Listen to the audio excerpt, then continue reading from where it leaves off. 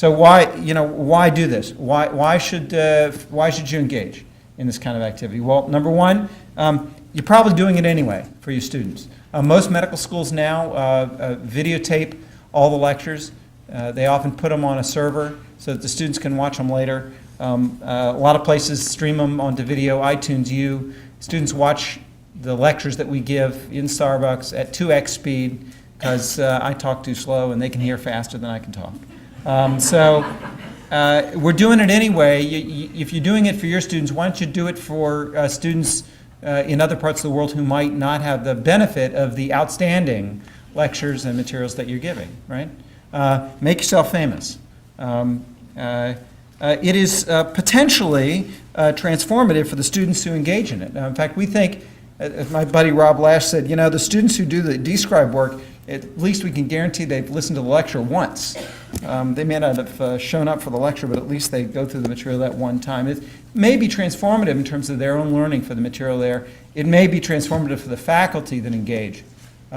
Because as you think about what it would be like to think about your material, not just in terms of the people in your classroom, but other people around the world, the quality may improve. I get a little nervous when I think about my lectures being seen by my peers. I'm a general internist. God forbid, I did a lecture on back pain, and the world's expert on back pain actually happened to look at it. It would improve probably the quality of the material that I put forward. In addition, you can get fame and fortune from it. There's, like I said, I think his name is Roger Lewin. It's the physics professor at MIT who has the 1 most rated, viewed academic video in the world. He hangs on pendulums from the ceiling and swings through the classroom. It's very exciting stuff if you want to look at it.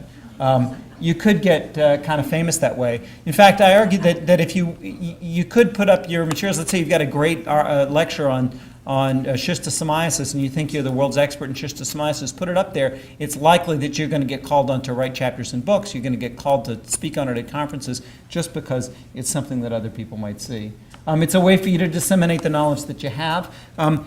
Some institutions are thinking about how to give academic credit, in fact, for online materials. I, for one, know that, I may have published 100 different articles, but the material that people are more likely to see, that's likely to get a wider distribution, is the stuff that makes it on the internet.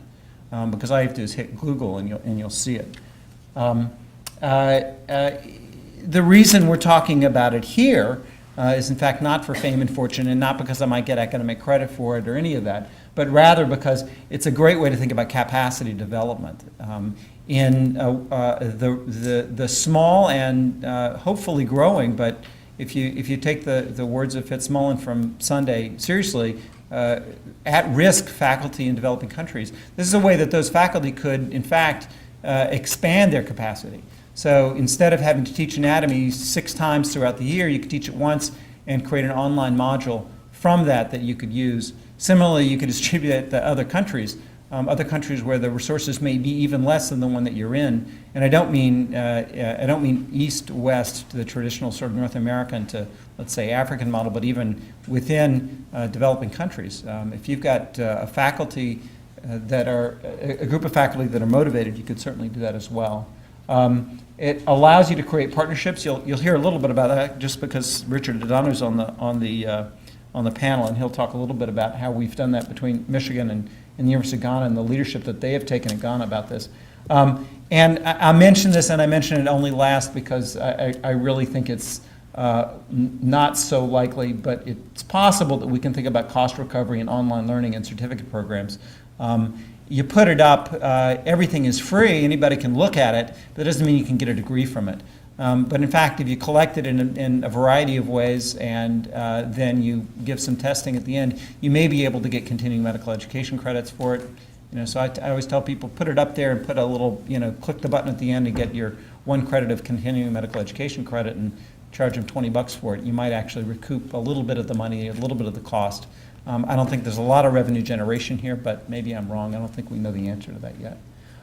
Next steps for OER, if you're a funder out there, I don't know that I see any funders out there, but if you're out there, or if you're on a board of one of these organizations, or if you're working with these funders and thinking about the materials, a lot of times foundations and even the government are asking you to create educational materials.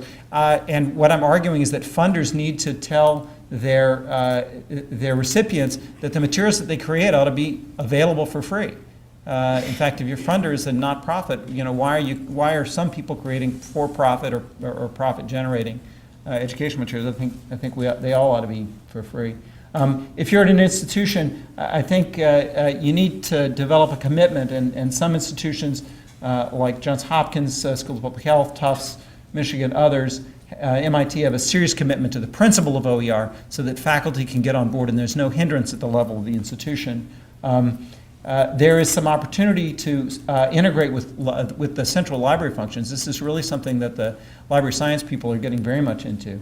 If you're an individual, I encourage you to create and license and share your work. We're trying to get some funding to do some workshops for this so that more and more people can learn how to develop open education resources.